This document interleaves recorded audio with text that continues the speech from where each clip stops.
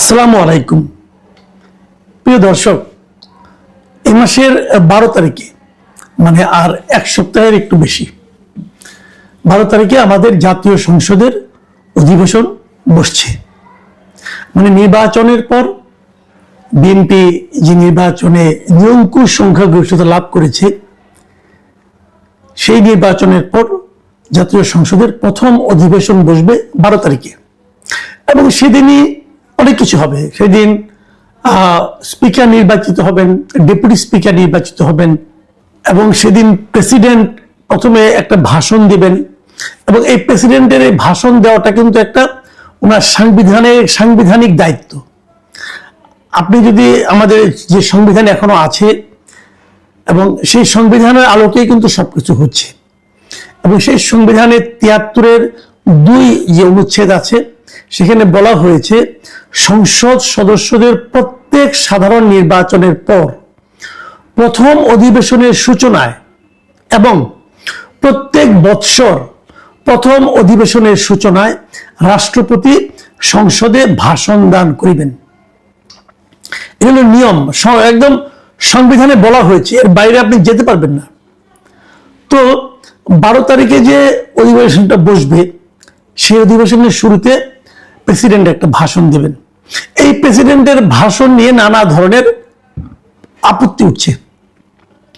এরই মধ্যে এনসিপির পক্ষ থেকে আনুষ্ঠানিকভাবে বলা হয়েছে যে এই প্রেসিডেন্টের ভাষণ তারা চায় না। তারা বলেছে প্রেসিডেন্ট ভাষণ দিতে পারবে না, কারণ এই প্রেসিডেন্ট শেখ হাসিনার উচ্ছিষ্টভোগী অমুক তমুক অনেক কিছু এবং তার কোনো ব্যক্তিত্ব নাই, সেই স্বৈরাচারের দোসর ছিল, এগুলো অনেক কথা বলা হচ্ছে। আবার পাশাপাশি একজন আইনজীবী, যদিও উনি আইনজীবী বাট উনি জামাতের লোক, আর কি জামাতের আইনজীবী বলতে পারেন আপনি, কারণ উনি জামাত করেন, জামাতের পক্ষে ভোট চান, নানা রকম ঘটনা ওনার আছে। মিস্টার শাহরিয়ার কবির তিনি প্রধানমন্ত্রীর কাছে একটা চিঠি লিখেছেন যে যেন প্রেসিডেন্টকে দিয়ে ভাষণটা দেওয়ানো না হয়। কিন্তু কোশ্চেনটা হলো, প্রেসিডেন্ট ভাষণ যদি না দেন তাহলে সেটা ঠিক হবে কিনা, অথবা প্রেসিডেন্ট ভাষণ দিতে পারবেন না একথা প্রেসিডেন্টকে কে বলতে পারবে, কেন বলবে, বলাটা সংবিধান সম্মত হবে কিনা, এই প্রশ্নগুলো কিন্তু আছে। আমি এটা নিয়ে একটু আলাপ করবো আজকে। আমি আপনাদেরকে আগেই বলেছি যে প্রেসিডেন্টের যে দায়িত্বের কথা আমি বললাম, প্রেসিডেন্ট সংবিধান বলেছে যে প্রেসিডেন্ট নতুন সংসদ নির্বাচনের পর প্রথম যে অধিবেশন হবে এবং এছাড়া প্রতি বছর প্রথম যে অধিবেশনটা হবে সেই অধিবেশনে প্রেসিডেন্ট ভাষণ দেবেন। এখন শাহাবুদ্দিন আহমেদকে আপনি পছন্দ করেন না, নাও করতে পারেন, আপনাকে সবাইকে পছন্দ করতে হবে এমন তো কোনো প্রতিজ্ঞা নেই, তাই না? কিন্তু পছন্দ না করলেও আপনি তো অন্য কাউকে প্রেসিডেন্ট বলতে পারবেন না। প্রেসিডেন্ট তো উনি, শাহাবুদ্দিন আহমেদই প্রেসিডেন্ট, এটা আপনাকে মানতে হবে ভাই। প্রেসিডেন্ট কিন্তু ব্যক্তি না, প্রেসিডেন্ট একটা প্রতিষ্ঠান, প্রেসিডেন্ট একটা পদ, সেই পদের লোকটা ওখানে বসে আছেন এবং ওই পদটাকে আপনি অসম্মান করতে পারবেন না। এই দেশের নিয়ম কানুন আইন সংবিধান সবকিছু মিলিয়ে প্রেসিডেন্টকে দেশের সবচেয়ে সম্মানিত ব্যক্তি হিসাবে অধিষ্ঠিত করেছে, স্বীকৃতি দিয়েছে। তো তাকে আপনি অপছন্দ করতে পারেন, কোনো সমস্যা, এটা আপনার পার্সোনাল ব্যাপার, কিন্তু সেটাকে কি আপনি প্রাতিষ্ঠানিক পর্যায়ে নিয়ে আসতে পারবেন? পারবেন না। আরেকটা কথা, নাহিদ ইসলাম সাহেব মাঝখানে আগে বলেছিলেন যে প্রেসিডেন্টকে অভিশংসন করা হোক, মানে ইমপিচমেন্ট করা হোক। দেখেন প্রেসিডেন্টকে কিভাবে ইমপিচমেন্ট করা যায় তারও কিছু নিয়ম কানুন আছে। সেই নিয়ম কানুনগুলো কি সেটা একটু জানা দরকার। সেই নিয়ম কানুনটা হলো গিয়ে, প্রথমে প্রেসিডেন্টের বিরুদ্ধে একটা অভিযোগ তুলতে হবে এবং সেই অভিযোগগুলো সুনির্দিষ্ট হতে হবে।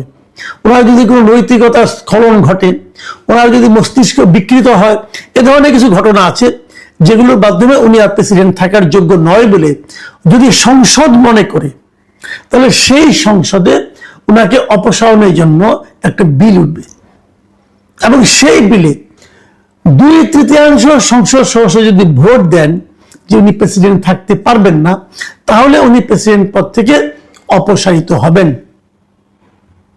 এই হলো প্রেসিডেন্টকে ইমপিচ করার নিয়ম। নাহিদ ইসলাম আবদার করেছেন প্রেসিডেন্টকে ইমপিচ করতে হবে। তো নাহিদ ইসলাম যে দলের নেতা, সেই দলের মোট সদস্য হলো 6 জন।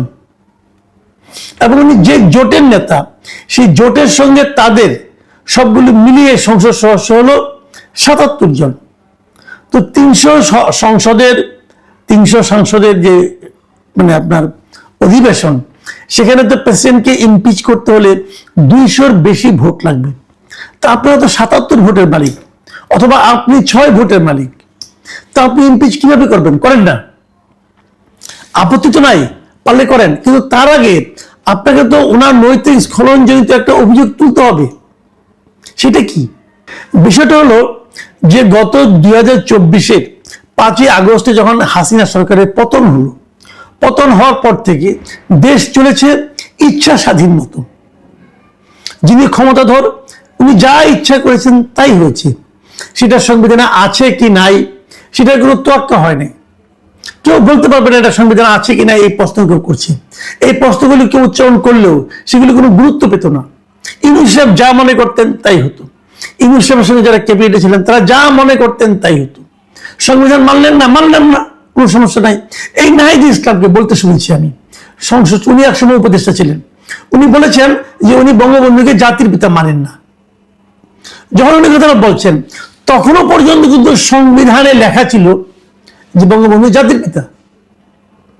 যে সংবিধানকে মেনে আপনি শপথ নিয়েছেন, যে সংবিধানকে সমুন্নত রাখার প্রতিজ্ঞা করে আপনি শপথ নিয়েছেন, সেই সংবিধানে বলা হয়েছে যে বঙ্গবন্ধু শেখ মুজিবুর রহমান হলো আমাদের জাতির পিতা। আর উনি সেই ক্যাবিনেটের উপদেষ্টা বলেন উনি সংবিধান জাতির পিতা মানেন না বলেছেন। তার মানে ওনাদের কাছে সংবিধানের কোনো মূল্য ছিল না।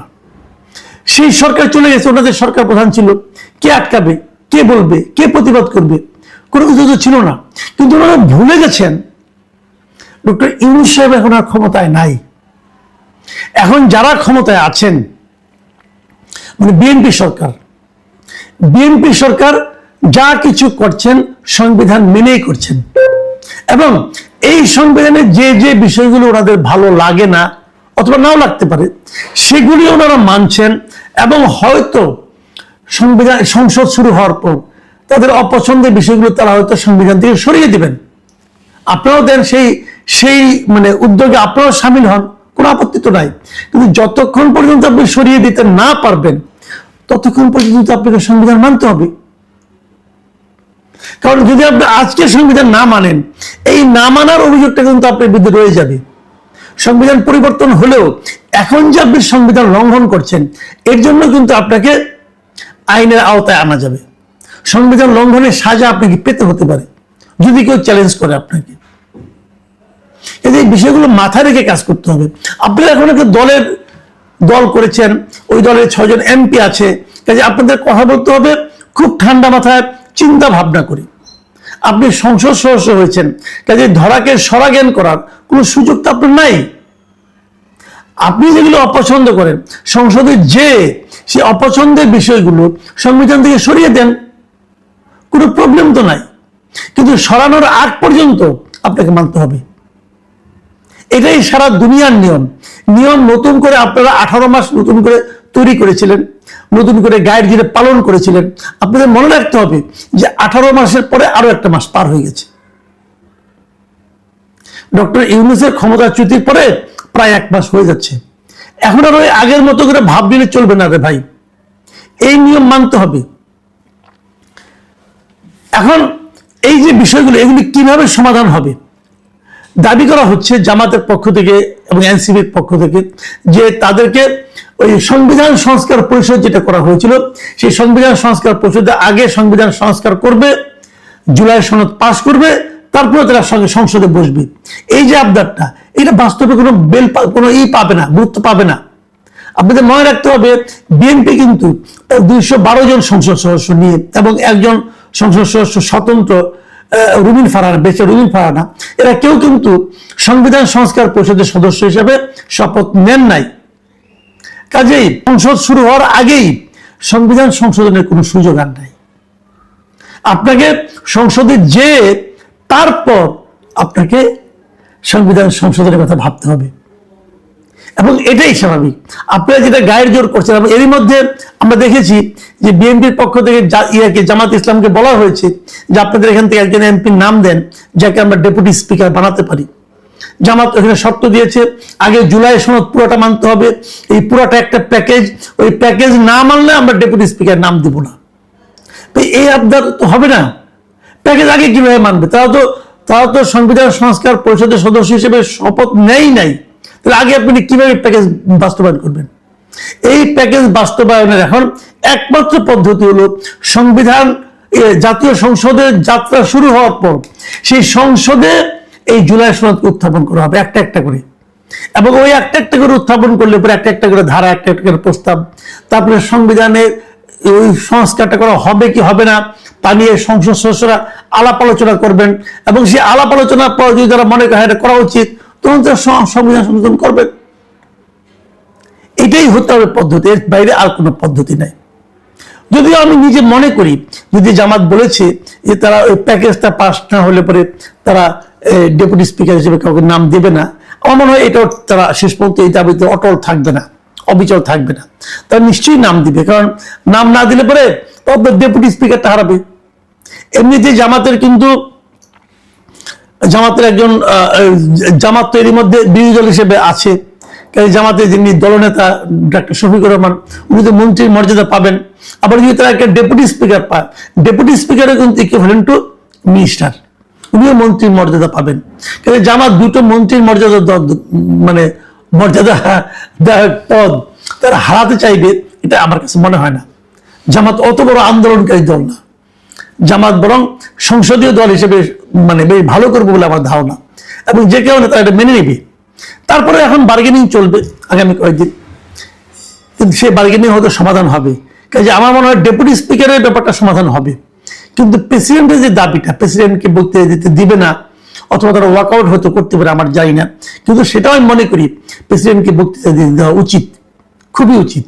কারণ তা না হলে ওই সংসদের যে সৌন্দর্যটা, সংবিধানের যে সৌন্দর্যটা, এই দুটোই কিন্তু ভুলণ্ঠিত হয়। আমি জানি না এই সমস্যার সমাধান অথবা এই বিরোধের সমাধান কি রাজনৈতিক ভাবে হবে নাকি আলোচনার টেবিল হবে, তবে সমাধান হয়ে যাবে বলে আমি আশাবাদী। প্রিয় দর্শক, এই 12 তারিখে সংসদ নিয়ে আরো কিছু কথা আছে, এগুলো আমরা যে জটিলতাগুলো আছে সেগুলো নিয়ে আমরা আলোকপাত করব। আজ এ পর্যন্তই, আল্লাহ হাফেজ।